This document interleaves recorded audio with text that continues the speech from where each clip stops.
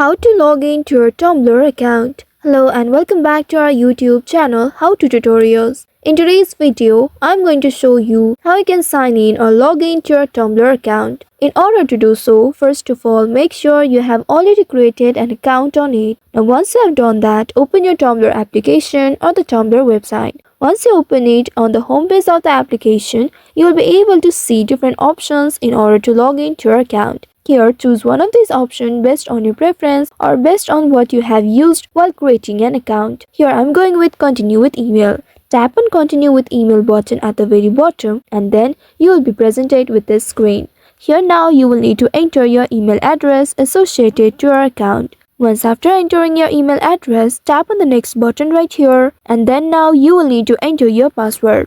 Make sure to enter the correct password here. Once after entering the password, you may also tap on the I button at the right side to reveal and check if you have entered it correctly or not. And in case if you don't remember your password or if your password is mistake, you may also tap on this forgot your password link just below the password box and then you will need to follow the instructions given to you in order to reset or recover your password. And after that, enter the correct password in this field and tap on this login button right here.